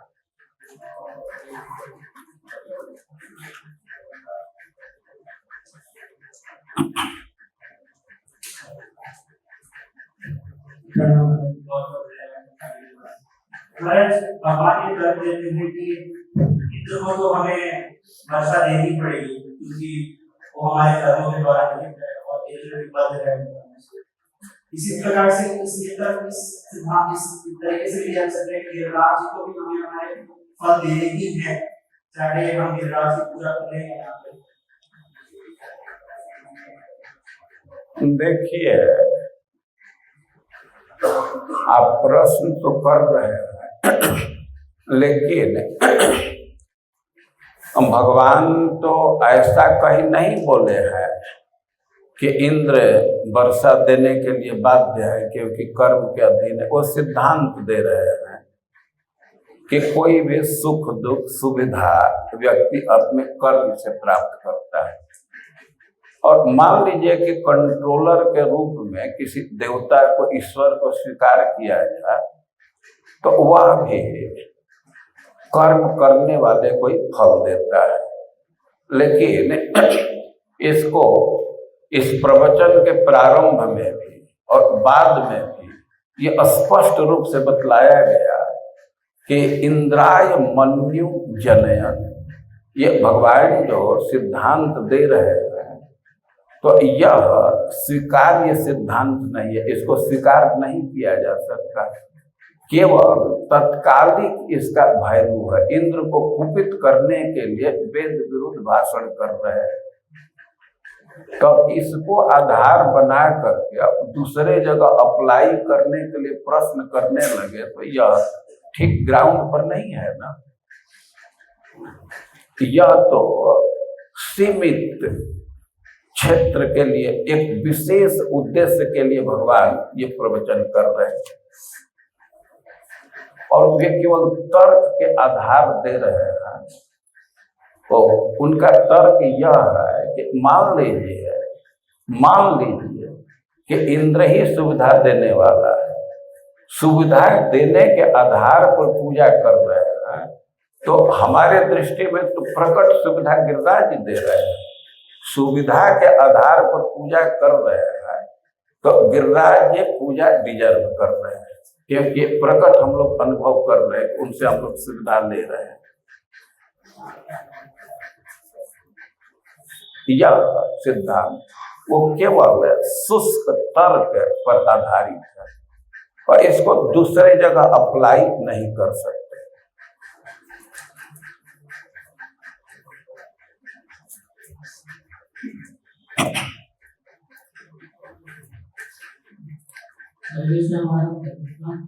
महाराज साफ लिखा हाथ में उदाहरण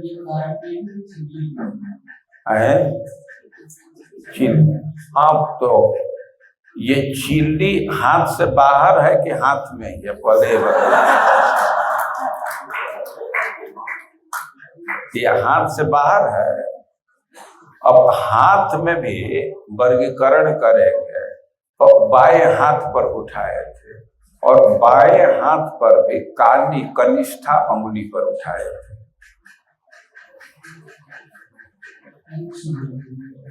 जैसे कि हिंदुइज्म के कारण सारे गुरु भी भगवान के साथ रह सके, वैसे ब्रह्मा जी के कारण भी तो भगवान गाय रखते, गाय में वस्तु रखते या अपने दोस्तों का उनकी माता के साथ रह पाए थे। हाँ, तो फिर ब्रह्मा जी को मतलब समान के ऐसा नहीं सकता। हाँ, ब्रह्मा जी भगवान ने गायों का स्तनपान किए, माताओं का स्तनपान किए, लेकिन प्रकट रूप से तो बछड़ों को दूर ही कर दिए थे ना। प्रकट रूप से विचार करे तो बछड़ों को दूर किए, सखाओं को दूर किए। वो तो ऐसा छिपा दिए थे कि भगवान खोजते रह गए। कुछ देर तक तो खोजते रह गए ना, उनका पता नहीं चला और दिन भर खोजते ही रह गए। उतने देर तो अलग रखे ना। अब इसके बाद भगवान उपाय सोचे तो फिर उसने कहा कि आपका ये जो तर्क है ये बहुत महत्वपूर्ण है और बिल्कुल संगत है। तो ब्रह्मा जी को फांसी नहीं दिए ना भगवान, उनको भी फांसी नहीं दिए, उनको कोई दंड नहीं दिए। भगवान तो इतना सोचे कि अब उनके प्रोग्राम में कोई इंटरफेयर भी नहीं किए, डांटे भी नहीं कि क्यों टुटुराए। ऐसा हरिसूरी जी लिखे हैं कि भगवान सोचे कि इसको विधि बना दिए है, हमारा ही लड़का है, अब इसको विधि नाम दे दिए तो इसका निषेध नहीं करेंगे। वो अपना जो काम करे करे, हम अपना करते हैं। तो ब्रह्मा जी को भी कोई दंड नहीं दिए, लेकिन ब्रह्मा जी से प्रसन्न नहीं थे,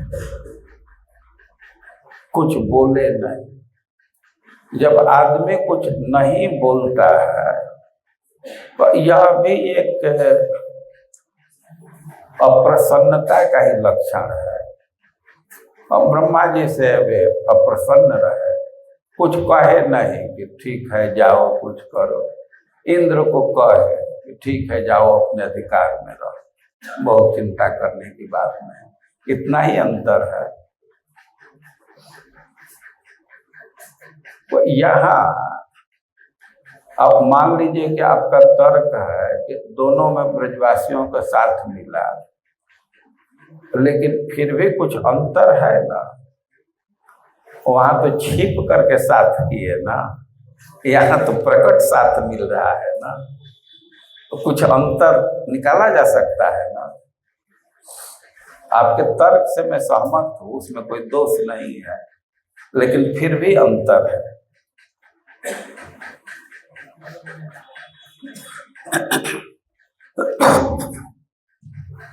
और उस समय केवल जो मातृभाव की गोपियां थे, गायक थे, उन्हीं का साथ हुआ ना। और यहाँ तो माधुर्य भाव के जो उपासक है उनका संपर्क हो रहा है, साथ में है।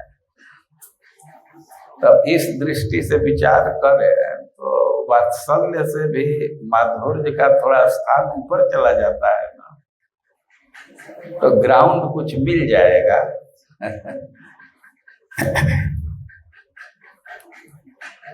हरे कृष्ण। मेरा एक डाउट है कि जैसे मैंने सुना कि मीरा जो भगवान के सबसे बड़े भक्त हैं भगवान कृष्ण, और साथ ही साथ गॉड डिविनिटी में। सो एक भक्त भगवान कैसे हो गए, भगवान भक्त कैसे हो गए, इतना समझ में आ रहा है। So आप इस लेवल ठीक। गिरिराज जी भगवान के स्वरूप भी है और भगवान के भी भक्त भी है, यही कह रहे हैं ना। तो ऐसा कई एक जगह है, केवल गिरिराज जी के साथ ही नहीं है। अब शेषनाग के विषय में पढ़ेंगे तो शेषनाग भगवान के ही एक रूप है ना, बलराम जी के एक्सटेंशन है और भगवान के भक्त भी हैं। तो ऐसा कई एक जगह देखा जाता है कि भगवान से भिन्न भी हैं और भगवान से अभिन्न भी है। तो यही गिरिराज जी का स्वरूप ही है। और श्रीमद् भागवतम के अनुसार तो भगवान ही गिरिराज जी में आ गए थे। अब भगवान अपने भक्त में ही प्रविष्ट कर जाए तो कोई रोकेगा? आप रोक सकते हैं? भगवान तो स्वतंत्र है ना। तो भगवान गिरिराज जी में प्रविष्ट हो गए, तो इससे भगवान हो गए। गिरिराज ओरिजिनल हरिदास वर्ज वे भगवान के भक्त ही हैं। गोपियां उनको भगवान के भक्त के रूप में स्वीकार किए और सबसे श्रेष्ठ भक्त है। भगवान की वो संतुष्ट करते हैं, भगवान के भक्तों को भी। तो ये जो गिरिराज जी का सिद्धांत है तो कई एक जगह ये लागू होता है। कुछ कुछ लोगों का ऐसा ही स्वरूप है। अब कठिनाई कहाँ है कि हम लोगों का जो बुद्धि इतना संकीर्ण है कि हम लोग व्हाइट एंड रेड का डिफरेंस जानते हैं, लेकिन अब सब पदार्थ का तो आपको ही ज्ञान नहीं है ना। जो भौतिक दृष्टि है, हम लोग ये कि ये लकड़ी है तो पत्थर नहीं हो सकता है, इसी सिद्धांत पर एक प्रश्न कर रहे हैं ना। लेकिन सब जगह यह सिद्धांत लागू नहीं होता है। गिरिराज जी, शेषनाग जी ये भगवान के रूप भी हैं और भगवान के भक्त भी। यह इनका स्वरूप है। अभी थोड़ा और कुछ इस पर प्रश्न करेंगे तो और स्पष्ट हो जाएगा। अभी संतुष्ट नहीं हुए, कुछ और बोलिए तो और स्पष्ट होगा। ये मतलब डिफाइंड है भगवान के स्वरूप मतलब दूसरी चीजें अगर डिफाइंड है कि भगवान के स्वरूप मतलब जैसे अगर भगवान मतलब जनरल। अच्छा देखिए, अब गिरिराज जी के विषय में प्रश्न कर रहे हैं। जो भी भक्त है वो सब भगवान के स्वरूप है। आप मणिग्रीव नलकुबर की कथा सुनते हैं ना, तो भवत तनुना जो आपके शरीर है, भक्तों के लिए कह रहे हैं कि आपके स्वरूप है। ये एक भक्त मार्ग है, बहुत प्रसिद्ध ग्रंथ है और उसके मंगलाचरण में बोलते हैं भक्ति भक्त भगवंत गुरु।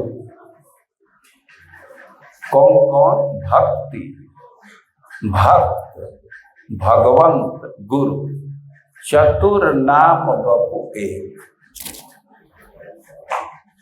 नाम चार है लेकिन बपु एक है, वे अभिन्न है।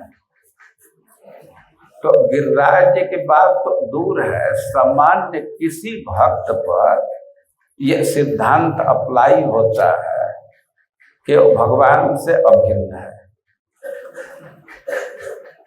कोई भक्त है तो वह भी भगवान का एक स्वरूप है। भक्त की कोई पूजा करता है तो भगवान को वो प्राप्त हो जाता है। और भगवान तो ये सिद्धांत दिए हैं कि हमसे अधिक भक्त के पूजा का महत्व है। और जब सामान्य रूप से भक्ति ही भगवान के स्वरूप है, तो गिरिराज जी पर भी घटित होने में कोई कठिनाई नहीं है।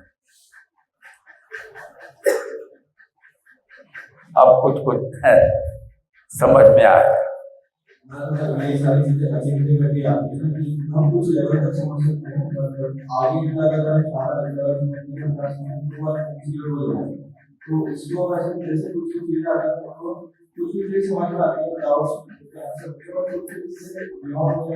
हाँ, तो आपका माइंड लिमिटेड है ना, माइंड में नया चिप डालना पड़ेगा तब तो वो सब बात ग्रहण करेंगे। और देखते हैं मोबाइल में कुछ कुछ रिकॉर्डिंग, तो फिर कहते हैं कि नहीं दूसरा चिप डालना पड़ेगा तब वो रिकॉर्डिंग को लेगा। और कंप्यूटर में ऐप डालते हैं, क्या क्या करते हैं ना, फिर थोड़ा माइंड का विस्तार करना होता है। 12 साल रहे साधु के टोली और तब जाने एक बोली, और इसी से भक्तों का संग करना होता है। संग करते करते हमारे दिमाग का एक्सटेंशन हो जाता है, हम बात समझने लगते हैं। प्रारंभ में किसी बात को समझने में कठिनाई होती है, लेकिन सुनते सुनते फिर वो समझ में बात में आ जाती है।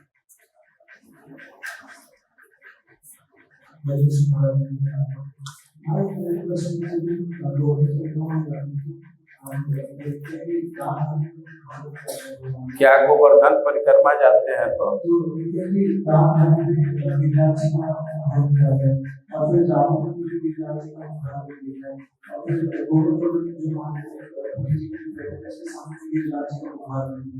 मुखारविंद तो 3-4 जगह स्थानों पे आते हैं कि वो गिरिराज जी का प्रोग्राम है, तो थोड़ा कंफ्यूज आ रहा है कि वास्तव में गिरिराज जी का प्रोग्राम है।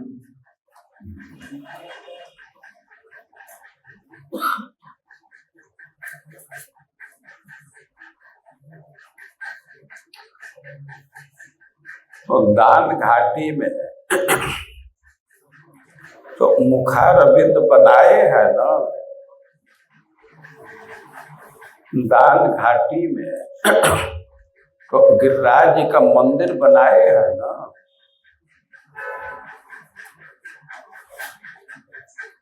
वहां मुखारविंद बनाया गया आपके सुविधा के लिए कि रास्ते पर ही कुछ अर्पित कर सके, इसके लिए वो बनाया गया है।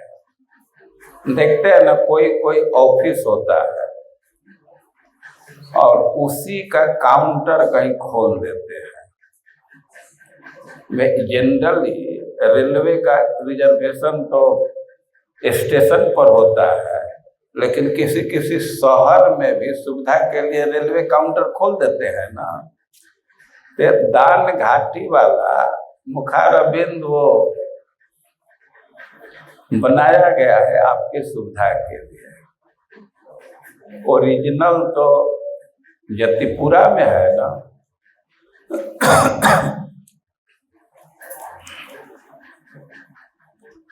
जतिपुरा में ही भगवान मांग मांग करके गिरिराज जी खाए थे, और इसलिए वहां मुखारविंद है। और दान घाटी में एक सिद्धांत के अनुसार मुखारविंद माना जाता है, क्योंकि गिरिराज जी को ये पंचांग दंडवत के रूप में यह मूर्ति है। पंचांग दंडवत, पंचांग दंडवत करेंगे तो ये कमर का हिस्सा ऊंचा होता है और हाथ एकदम जमीन में सटा रहता है। तो एक सिद्धांत के अनुसार गिरिराज जी पंचांग दंडवत की आकृति में है, तो उस हिसाब से दान घाटी के लगभग उनका मुखारविंद आता है। अब इस स्थिति के अनुसार वहां है दान घाटी में, और भगवान का जहाँ भोग लगाए थे ब्रजवासी लोग, जहाँ खाए थे, तो वो स्थान जतिपुरा है।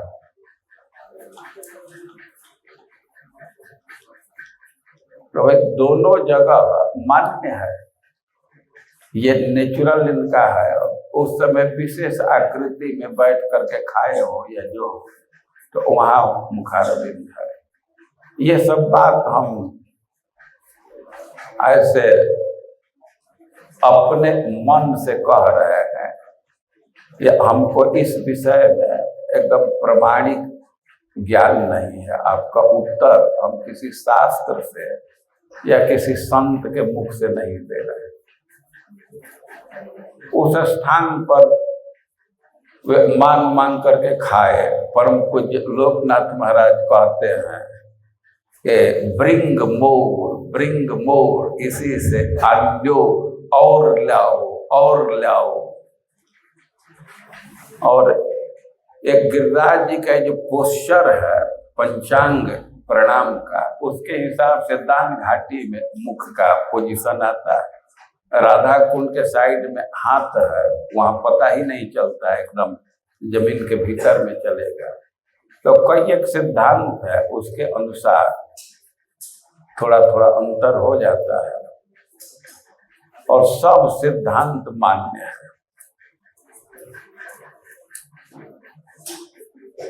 हम लोगों के संकीर्ण बुद्धि है कि अब दोनों विरोधी लगता है, लेकिन भगवान का यही मतलब होता है कि विरोधी गुण एक साथ रहते हैं।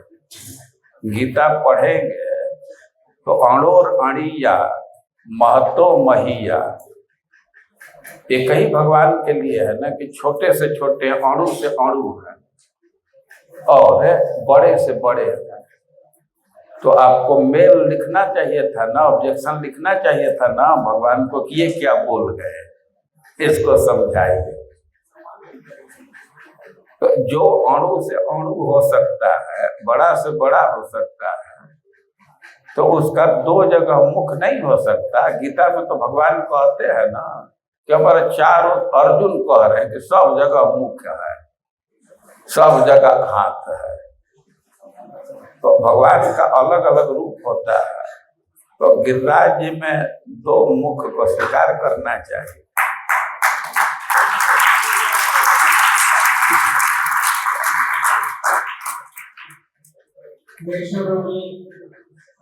मेरा सवाल ये है,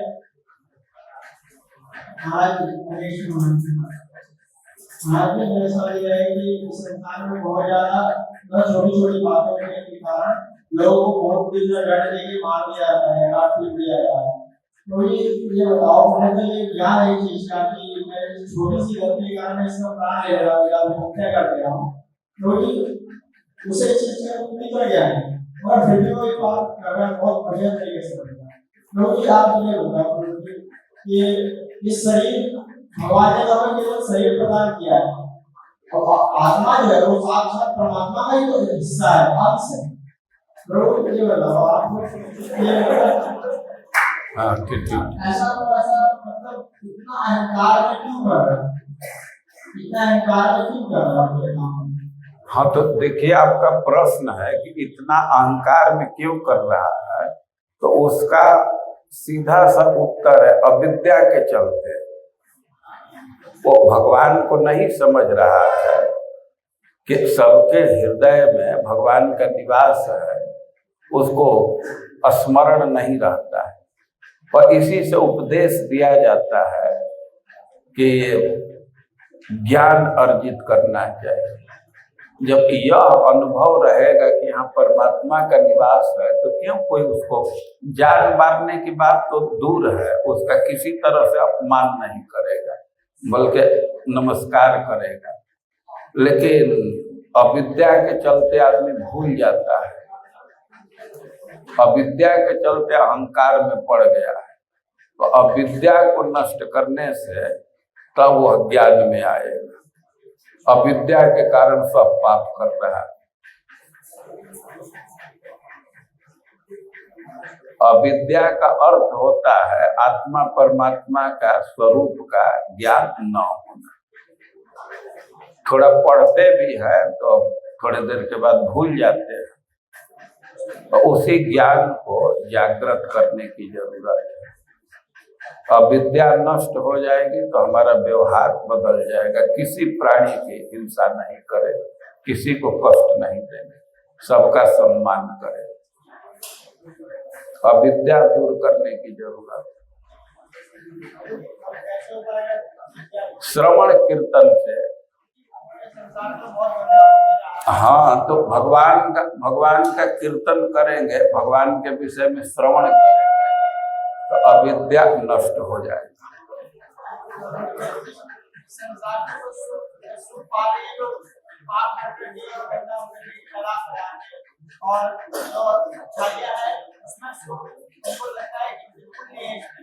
नहीं, वो थोड़े देर तक ऐसा लगता है।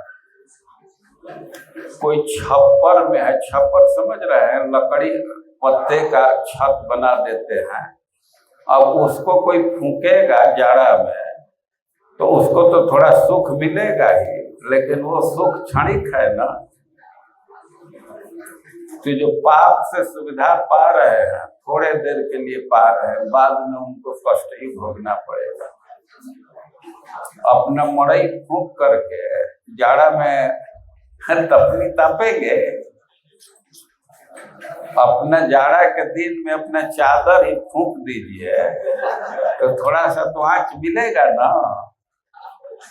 तो कोई कहे कि अब यही विधि है, तो ये विधि नहीं है।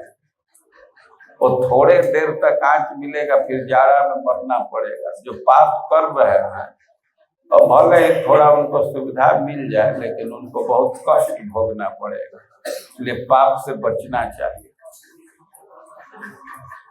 ठीक है। जगत गुरु श्रील प्रभुपाद की